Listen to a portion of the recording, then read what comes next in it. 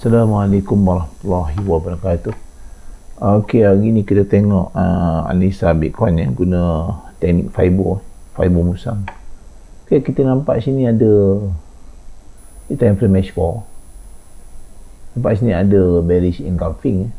Apabila kita tarik fiber, level dia adalah di sini atau di sini, tapi nampak kita cuba observe price, sama ada price boleh rantai sini dan terus naik ataupun dia terus naik. Sama-sama kita observe lah. Kita tengok weekly 4 hour, tapi selalunya dari fiber ni kita guna 4 hour lah. Sama ada price terus naik atau retrace dulu, retrace ke TP 1 atau retrace ke TP 2 ataupun terus naik. Kalau dia terus naik,